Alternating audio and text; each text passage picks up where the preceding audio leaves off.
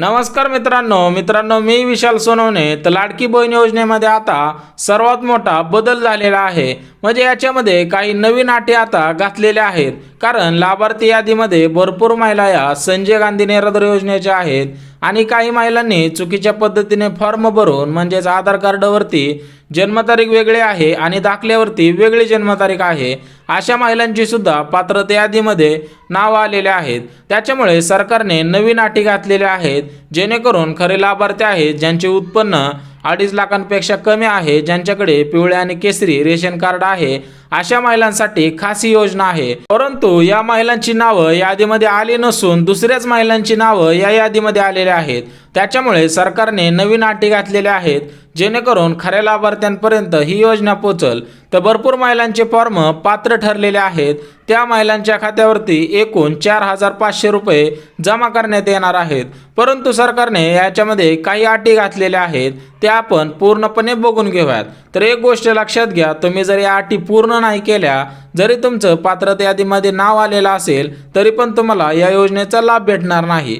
तुम्ही अटी पूर्ण केल्या तरच तुमच्या खात्यावरती 4,500 रुपये जमा केले जाणार आहेत। म्हणजे जुलै आणि ऑगस्ट सप्टेंबर अशा एकूण 3 महिन्यांचे 1,500 रुपये प्रमाणे 17 ऑगस्ट रोजी तुमच्या खात्यावरती जमा केले जाणार आहेत। म्हणजेच एक गोष्ट लक्षात घ्या, जे खरे लाभार्थी आहेत त्यांनी तर नक्की या अटी आणि शर्ती पूर्ण करायच्या आहेत, तरच तुमच्यापर्यंत ही योजना पोहोचणार आहे आणि भविष्यात सुद्धा तुम्हाला सुरळीतपणे या योजनेचा लाभ घेता येणार आहे। तर पूर्णपणे आपण स्टेप बाय स्टेप सगळ्या अटी बघून घेऊयात आणि ज्या महिलांनी फॉर्म भरलेले होते त्यांचे फॉर्म पेंडिंग आहेत, रिजेक्टेड आहेत, त्यांच्यासाठी सुद्धा खास अपडेट आहे।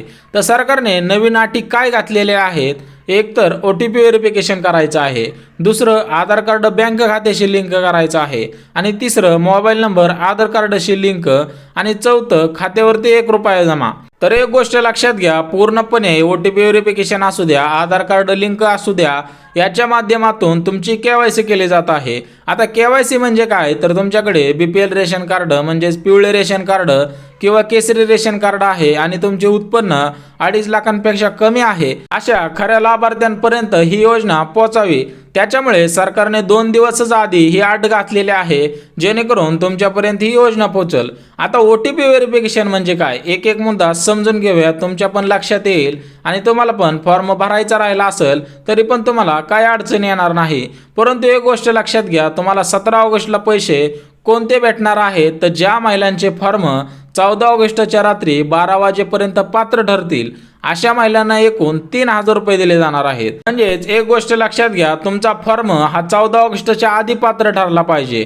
जर 14 ऑगस्टच्या नंतर तुमचा फॉर्म पात्र ठरला तर तुम्हाला वेगळे पैसे भेटणार आहेत। परंतु सध्या आपण 14 ऑगस्टच्या आधी पात्र ठरणाऱ्या महिलांना एकूण 3,000 रुपये दिले जाणार आहेत। म्हणजे आज तारीख आहे 12 आणि 2 दिवस तुमच्याकडे टाइम आहे, तोपर्यंत तुम्हाला जरी रिजेक्टेड झालेला असू द्या, पेंडिंग असू द्या किंवा तुमचा फॉर्म सध्या पात्र ठरलेला आहे, तरी पण तुम्हाला काही काळजी करायची गरज नाही। येत्या 17 ऑगस्टला तुमच्या खात्यावरती 3,000 रुपये जमा केले जाणार आहेत। परंतु ज्या महिलांचे फॉर्म 14 ऑगस्ट नंतर पात्र ठरतील, म्हणजे भरपूर महिलांचे फॉर्म अजूनही पेंडिंग आहेत, रिजेक्टेड झालेले आहेत आणि OTP व्हेरिफिकेशन आहे, त्या महिलांचे फॉर्म 14 ऑगस्ट नंतर पात्र ठरले तर त्यांना पूर्णपणे एकूण 4,500 रुपये दिले जाणार आहेत। म्हणजे जुलै, ऑगस्ट आणि सप्टेंबर अशा 3 महिन्यांचे मिळून एकदाच त्यांच्या खात्यावरती 4,500 रुपये जमा केले जाणार आहेत। म्हणजे ज्या महिलांचे फॉर्म 14 ऑगस्टच्या आधी पात्र ठरतील त्यांच्या अकाउंटवरती 3,000 रुपये जमा केले जातील। कारण तुमच्या मनामध्ये प्रश्न असेल की आमचा 14 ऑगस्टला फॉर्म पात्र झाला नाही तर आम्हाला मागच्या महिन्यांचे पैसे भेटणार का, तर तुम्हाला 100% जुलै महिना, ऑगस्ट महिना आणि सप्टेंबर महिना अशा 3 महिन्यांचे मिळून एकूण 4,500 रुपये जमा केले जाणार आहेत। त्याच्यामुळे काळजी करायची काही गरज नाही। आता OTP व्हेरिफिकेशन काय आहे ते बघून घेऊयात। म्हणजे सरकारने या 4 अटी घातलेल्या आहेत, त्याच्यातली पहिली अट OTP व्हेरिफिकेशन। OTP व्हेरिफिकेशन म्हणजे काय, तर तुमची एक KYC आहे। आता ही KYC कशी करायची आहे ते बघून घेऊयात। तर ज्या महिलांनी फॉर्म भरताना आपला मोबाईल नंबर टाकून त्याच्यावर येणारा OTP सबमिट केलेला आहे, तर त्या महिलांची KYC अगोदरच झालेली आहे, त्याच्यामुळे त्यांनी काळजी करायची गरज नाही। परंतु अजूनही काही महिलांनी OTP व्हेरिफिकेशन केलं नाही, तर त्यांनी काय करायचं आहे, जो नारी शक्ती दूत ॲप आहे त्यांच्यावरती त्यांचा फॉर्म आहे, तिथं जरी तुमचा फॉर्म पात्र ठरलेला असू द्या, पेंडिंग असू द्या किंवा रिजेक्टेड झालेला असू द्या, कारण भविष्यामध्ये येत्या 5-6 दिवसामध्ये तुमचा फॉर्म कधी पण पात्र ठरू शकतो, कारण तुम्ही केलेल्या अपडेट माहितीनुसार सरकार नवीन पद्धतीने तुमचा फॉर्म चेक करतं आणि तुम्ही पात्र ठरला आहे की अपात्र हे सुद्धा तुम्हाला सांगत असतं। त्याच्यामुळे OTP व्हेरिफिकेशन नक्की करा। आता दुसरी जी अट आहे ती सर्वात महत्त्वाची अट आहे, नाहीतर तुमच्या खात्यावरती पैसे येणार नाहीत, आले तरी तुमच्या अकाउंटवर टाकायचे असले तर दुसऱ्याच्या खात्यावरती जाऊ शकतात। म्हणजे आधार कार्ड खात्याशी लिंक पाहिजे। म्हणजेच एक गोष्ट लक्षात घ्या, ज्या महिलांनी आपले आधार कार्ड बँक खात्याशी लिंक केलेलं आहे अशा महिलांच्या खात्यावरतीच हे पैसे जमा केले जाणार आहेत, परंतु ज्या महिलांचा आधार कार्ड खात्याला लिंक नाही त्यांना याचे पैसे भेटणार नाहीत। म्हणजे ज्या महिलांनी आधार कार्ड खात्याशी लिंक केलेला आहे त्यांना हे पूर्णपणे 17 ऑगस्टला 3000 रुपये नक्की भेटणार आहेत, परंतु ज्या महिलांनी आधार कार्ड लिंक केलेलं नसेल तर तुम्हाला या योजनेचं पैसे भेटणार नाही, कारण आधार कार्डच्या द्वारेच खात्यावर पैसे जमा होणार आहेत। आधार कार्डवरतीच पूर्णपणे तुमचं हे लाडकी बहीण योजनेचा फॉर्म आहे तो पूर्णपणे आधार कार्ड लिंक आहे। आता तिसरा जो आहे तो मोबाईल नंबर आधार कार्डशी लिंक।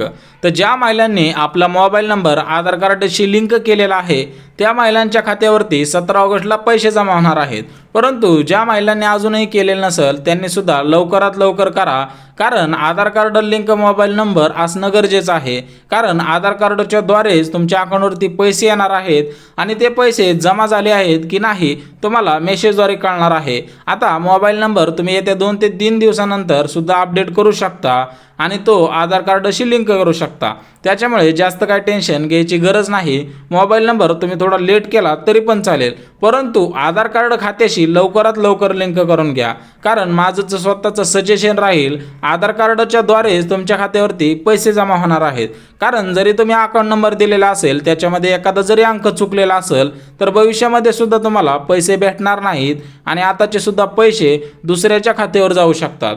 त्याच्यामुळे आधार कार्ड नक्की मोबाईल नंबरशी लिंक करा, आधार कार्ड बँक खात्याशी लिंक करा, कारण तुमची KYC केली म्हणजेच तुम्ही खरे लाभार्थी आहेत हे समजून येईल। जर तुम्हाला आपली सांगण्याची पद्धत पूर्णपणे अपडेट तुमच्यापर्यंत पोहोचवण्याची पद्धत आवडली असेल तर नक्की एका मराठी माहिती या YouTube चॅनलला नक्की सबस्क्राईब करा, लाईक करा आणि ज्यांना गरज आहे त्यांच्यापर्यंत नक्की शेअर करा।